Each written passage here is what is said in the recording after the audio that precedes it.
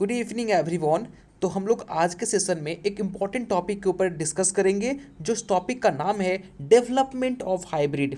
बहुत ही इंपॉर्टेंट सा ये टॉपिक है, जिसको आप लोग जेनेटिक्स एंड प्लांट ब्रीडिंग में, साथ में आप सीड टेक्नोलॉजी में जरूर पढ़ते होंगे। तो ये टॉपिक रियली काफ़ी इंपॉर्टेंट है। तो फ्रेंड्स, चलिए अपने सेशन को स्टार्ट करते हैं।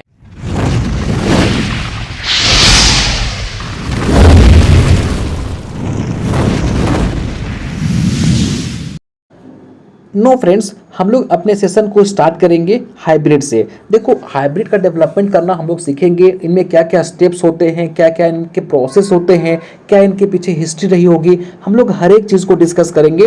बट सबसे पहले हम लोग डिस्कस करेंगे कि हाइब्रिड क्या होता है। ठीक है, क्योंकि देखो, मेरा ऐसा मानना है ना कि अगर आपका बेसिक क्लियर होना तो फिर आप किसी भी टॉपिक को ईजिली ग्रैब कर सकते हैं। ठीक है, तो सबसे पहले हम लोग हाइब्रिड को समझ लेते हैं।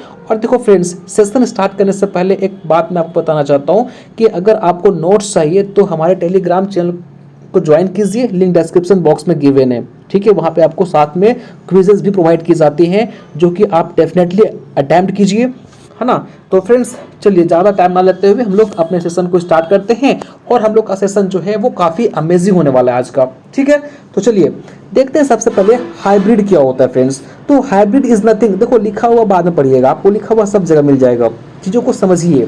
ठीक है, आपको लंबे टाइम तक याद रहेगा फ्रेंड्स।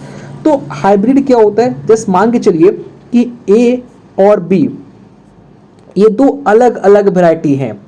दैट मीन्स अलग अलग कहने का मतलब क्या हुआ, ए का बी के साथ कोई भी रिश्ता, कोई भी नाता, कोई भी रिलेशन नहीं है।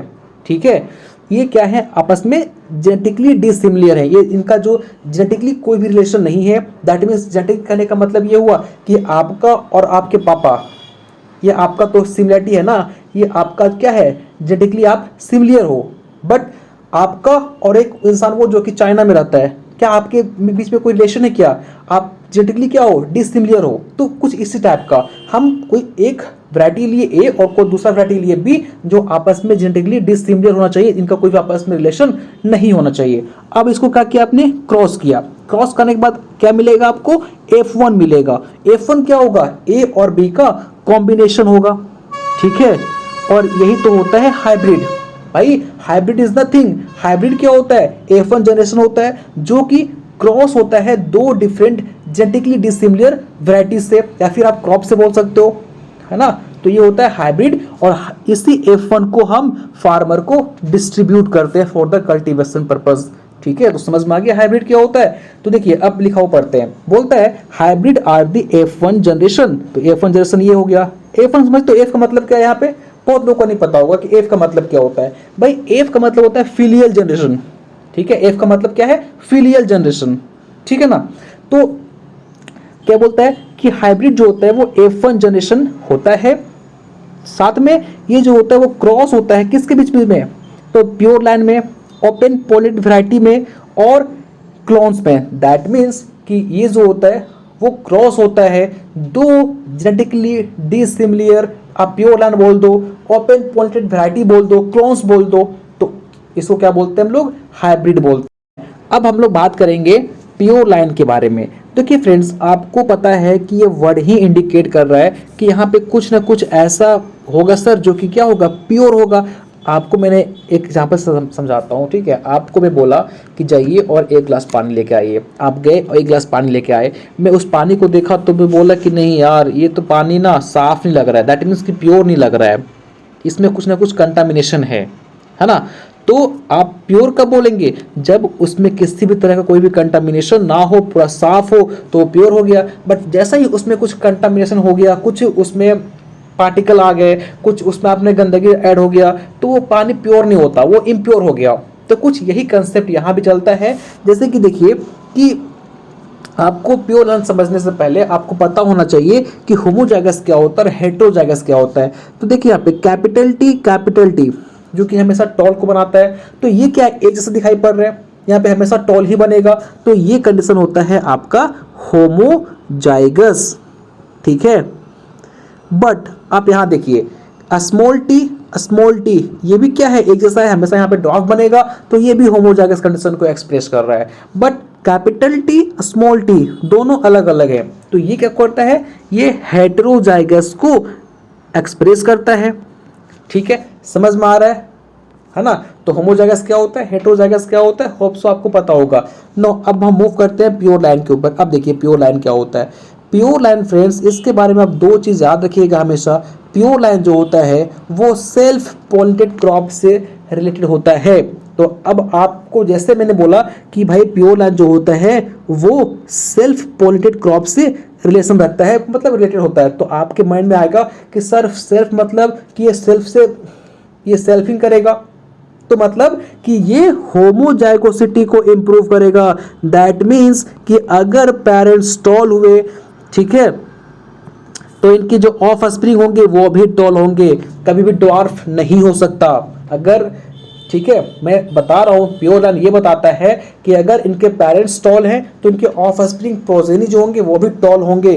ठीक है, अगर इनके जो पेरेंट्स है वो ड्वार्फ हुए तो इनके जो ऑफ स्प्रिंग होंगे वो भी कैसे होंगे, ड्वार्फ होंगे। तो ये हमेशा होमोजाइगस कंडीशन को एक्सप्रेस करता है और ये सेल्फ पॉलिनेटेड क्रॉप से रिलेटेड होता है। समझ में आ गया क्या होता है प्योर लाइन। ठीक है, नो, अब हम बात करते हैं आगे दूसरे वर्ड के ऊपर जो है इनब्रीड लाइन। क्या होता है इनब्रीड लाइन, देखिए अब जो इनब्रीड लाइन होता है ना वो क्रॉस पॉलिनेटेड क्रॉप के लिए रिस्पॉन्सिबल होता है। मतलब कि इनब्रीड लाइन का किससे रिलेशन है, क्रॉस पॉलिनेटेड क्रॉप से। ठीक है, अब यहाँ पे देखिए ये क्या होता है, मैं आपको इसको एक एग्जांपल से समझाने की कोशिश करता हूँ। ठीक है, इनब्रीड लाइन को आपको मैं बोला कि सर आप जाइए मार्केट, आप मार्केट गए और आपने दो सुपीरियर क्वालिटी का कोई भी ब्रीड, चाहे वो, मैं आपको एग्जांपल से समझने की कोशिश करता हूँ कि आपने गया और आपने डॉग का एक मेल उठा लाया और एक फीमेल उठा लाया। ठीक है, जो कि क्या है, सुपीरियर क्वालिटी के, काफ़ी हेल्दी है, काफ़ी अच्छे हैं, तो आपने उसको लेके आया। ठीक है, मान के चलता हूँ कि आपने एक मेल लाया और एक फीमेल लाई। ठीक है, कहाँ से, मार्केट से लाया, जो कि दोनों सुपीरियर क्वालिटी के हैं। इसको आपने क्रॉस किया, F1 बनेगा। ठीक है, F1 बनेगा। फिर इसको आपने कॉन्टिन्यूअस सेल्फिंग कराया, इनके जो प्रोजेनी बने उनको फिर आपने क्रॉस कराया, उनके जो प्रोजेनी बने उनको आपने क्रॉस कराया। प्रोजेनी करने का मतलब वो बच्चा, ठीक है ना, उसको आपने क्रॉस कराया। तो अब टू 6 जनरेशन तक हम क्या करते हैं, उनको क्रॉस करवाते हैं फ्रेंड्स। तो इसी को हम बोलते हैं इनब्रीड लाइन। मैं फिर से रिपीट कर रहा हूं कि आपने मार्केट गया, मार्केट जाके आपने सुपीरियर क्वालिटी के एक ब्रीड को चूज किया और उस ब्रीड के मेल और फीमेल को आपने लेके आए और आपने उसको क्रॉस करवाया। क्रॉस करवाने के बाद F1 मिला, F1 को आप कंटिन्यूअस सेल्फिंग करवाए, इनके जो बच्चे हुए उनको आपने सेल्फिंग कराया, उनके जो बच्चे हुए उनको आपने सेल्फिंग कराया। तो अप टू 6 जनरेशन तक आपने सेल्फिंग करवाया। ठीक है, तो इसको हम क्या बोलते हैं, इनब्रीड लाइन। अब आपके मन में क्वेश्चन आ रहा होगा कि सर आखिर हम 6 जनरेशन तक ही क्यों करवाए, इसके ऊपर फिर तो हम जा सकते थे 7, 8, 9, तो बट आप उतना ऊपर क्यों नहीं गए।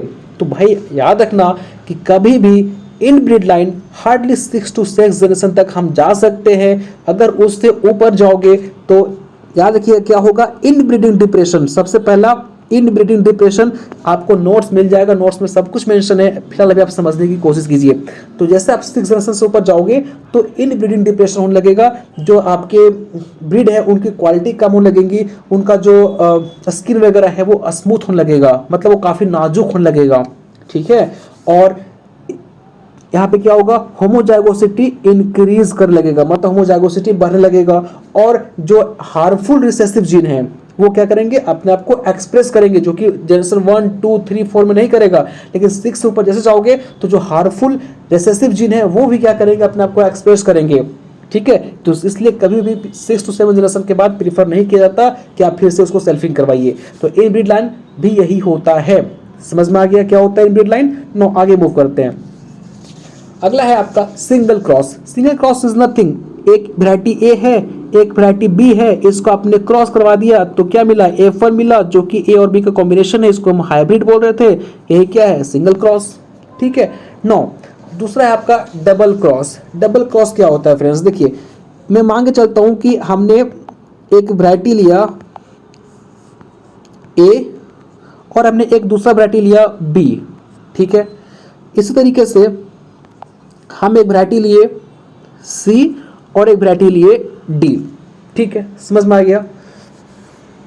अब देखो यहां से इनको हमने कराया क्रॉस क्रॉस करवाने के बाद क्या होगा, यहाँ पे F1 बनेगा और F1 क्या होगा, दोनों का कॉम्बिनेशन होगा, ये हाइब्रिड होगा, ए और बी, यहाँ से ये निकल के आया। इसी तरीके से आप यहाँ देखेंगे तो क्या मिलेगा आपको, इसको आपने क्रॉस करवाया, क्रॉस करवाने के बाद क्या मिलेगा, F1 मिलेगा जो कि C और D होगा, ये भी हाइब्रिड है। ठीक है, अब डबल क्रॉस में क्या करते हैं, इसका F1 और इसका F1 जो हमको मिला है AB और CD, इसको हम करवा देते हैं आपस में क्रॉस। तो AB और CD को हम क्या करवाएंगे, क्रॉस करवाएंगे, तो आपको यहाँ पे मिलेगा ABCD और इसी को हम बोलते हैं डबल क्रॉस। होप सो आपको समझ में आ गया होगा। मैं फिर से रिपीट कर रहा हूं कि ए और बी दो अलग अलग वैरायटी है, इसको आपने क्रॉस करवाया, यहाँ से आपको ए बी मिला। इसी तरीके से सी और डी अलग अलग वैरायटी है, इसको आपने क्रॉस करवाया तो सी डी मिला, और दोनों के जो F1 थे उसको आपने क्रॉस करवा दिया तो इसको बोलते हैं डबल क्रॉस। ठीक है, आगे बढ़े। ठीक है, अब देखिए थ्री वे क्रॉस क्या होता है।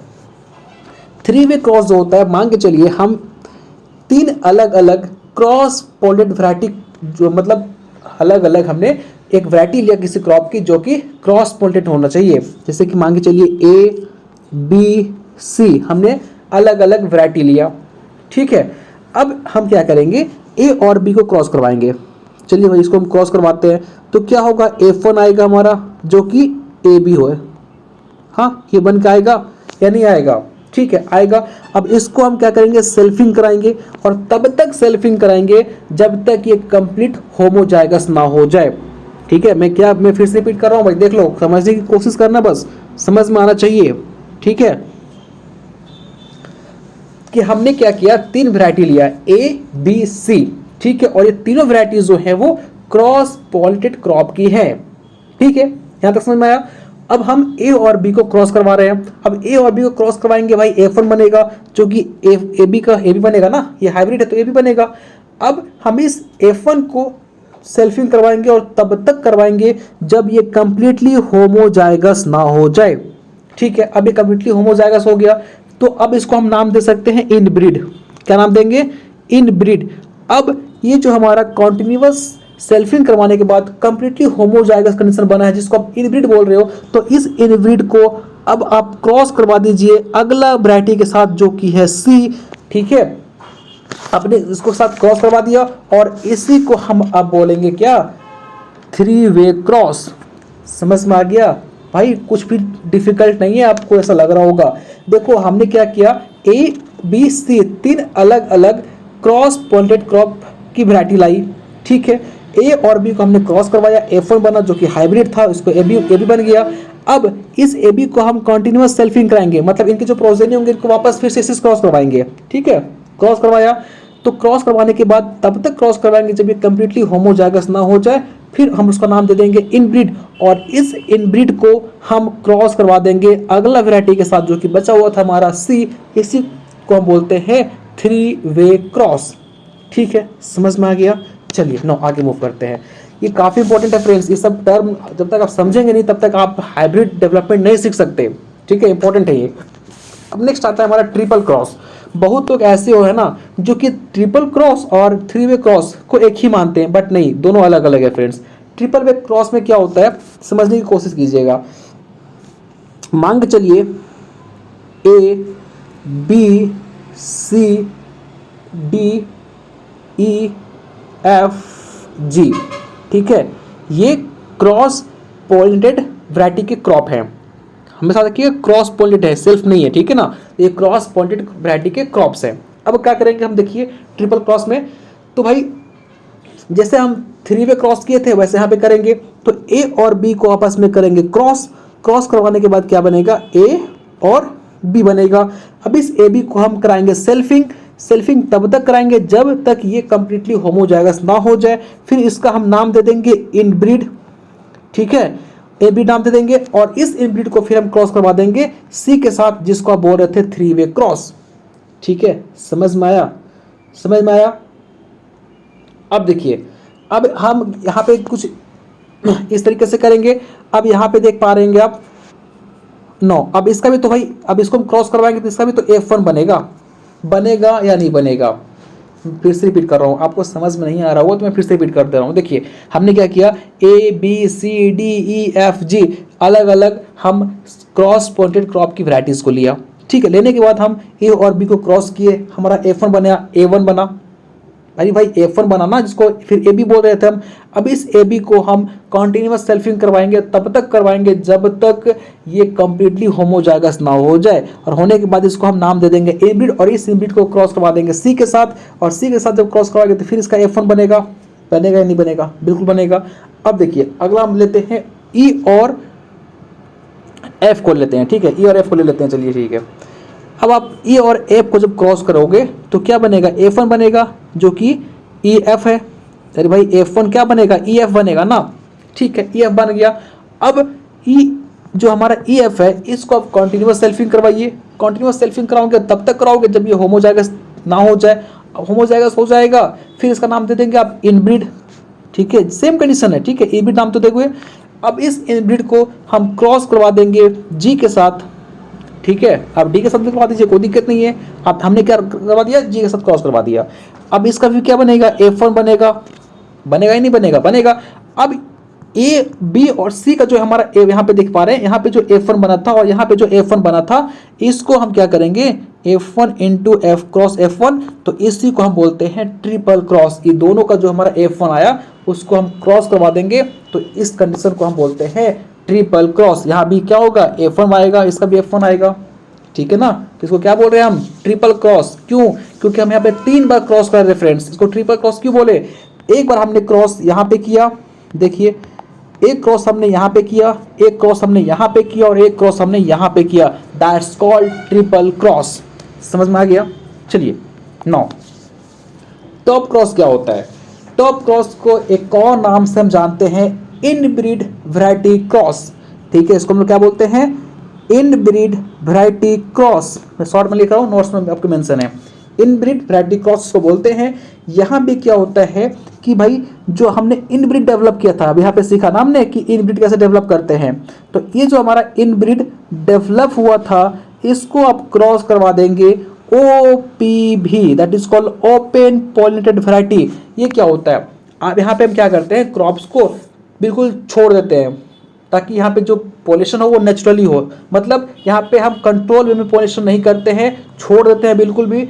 ये पॉलिनेशन जो होता है वो नेचुरली यहाँ पे होता है। ठीक है, तो जब आप इन ब्रीड को क्रॉस करवा दोगे OPV के साथ तो इसको हम बोलते हैं टॉप क्रॉस।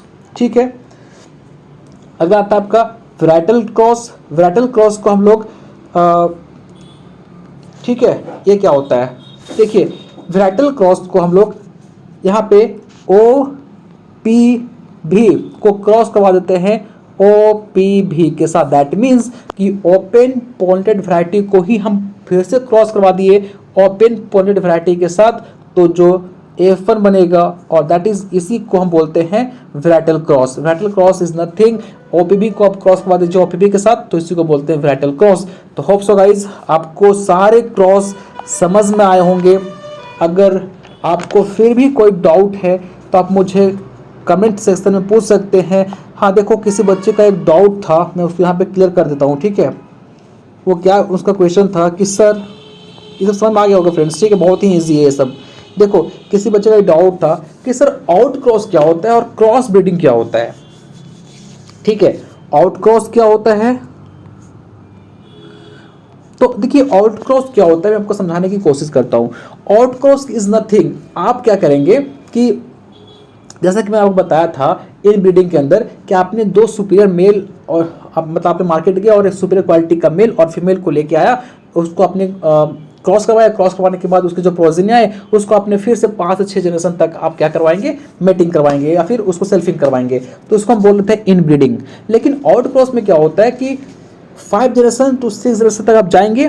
ठीक है, जाने के बाद हम क्या करते हैं? किसी दूसरे ब्रीड के साथ, अरे भाई ए है, ये बी है, ठीक है, इसको हमारा F1 आया, ठीक है, इसको आप सेल्फिंग करवाए कंटिन्यूअस 6 जनरेशन तक। ठीक है, जैसे 6 जनरेशन में पहुंचे और देखे कि भाई अब अगर हम करवाएंगे तो इनब्रीडिंग डिप्रेशन हो जाएगा। ठीक है, होमोजाइगोसिटी इंक्रीज कर जाएगा। तो आपने क्या किया? 6ठा जनरेशन में जाने के बाद आप इसको किसी दूसरे ब्रीड के साथ क्रॉस करवा दिए। ठीक है, जो कि इसमें मतलब इससे कोरिलेशन नहीं रखता हो, किसी दूसरे ब्रीड के साथ जो कि आपस में कोई इसका रिलेशन नहीं है। ठीक है, क्रॉस करवा दिए, तो ये बोलते हैं हम लोग इसको आउट क्रॉस। अरे भाई दूसरे ब्रीड खाने का मतलब ये नहीं है कि कुत्ता को हम जाके शेर से करवा दिए, ऐसा नहीं भाई। दो इसका अलग ब्रीड का है, मतलब कि अगर सपोज जर्मन शेफर्ड का है तो हम इसको क्रॉस करवा दिए बुलडॉग के साथ, मतलब है तो डॉग ही ना, ऐसा नहीं डॉग है मतलब उसको डॉग ही होना चाहिए, ठीक है ना, समझ में आया। ये होता है हमारा आउट क्रॉस। अब हम बात करेंगे दैट इज दूसरा जो है वो क्रॉस ब्रीडिंग। क्रॉस ब्रीडिंग क्या होता है? क्रॉस ब्रीडिंग क्या होता है? तो देखिए क्रॉस ब्रीडिंग क्या होता है, बोलता है कि यहाँ पे हम एक ही ब्रीड का दो अलग अलग, जैसे कि मान के चलिए जर्मन शेफर्ड को हम क्रॉस करवा दिए बुलडॉग के साथ, है तो डॉग ही ना लेकिन दोनों अलग अलग ब्रीड है, तो जर्मन शेफर्ड को हम बुलडॉग से क्रॉस करवा दिए तो इसको हम क्या बोलते हैं? Cross breeding. मतलब दो अलग अलग ब्रीड को आपने लाके यहाँ पे क्रॉस करवा दिया, ठीक है, समझ में आ गया, तो इसको बोलते हैं क्रॉस ब्रीडिंग, ठीक है। सो माय फ्रेंड्स, तो होप सो आपको सारे टर्म समझ में आ गए होंगे। फिर भी कोई डाउट है तो आप मुझे कमेंट सेक्शन में डेफिनेटली पूछिए, ठीक है। और अगर आपको कोई डाउट मतलब नहीं है तो वेरी गुड,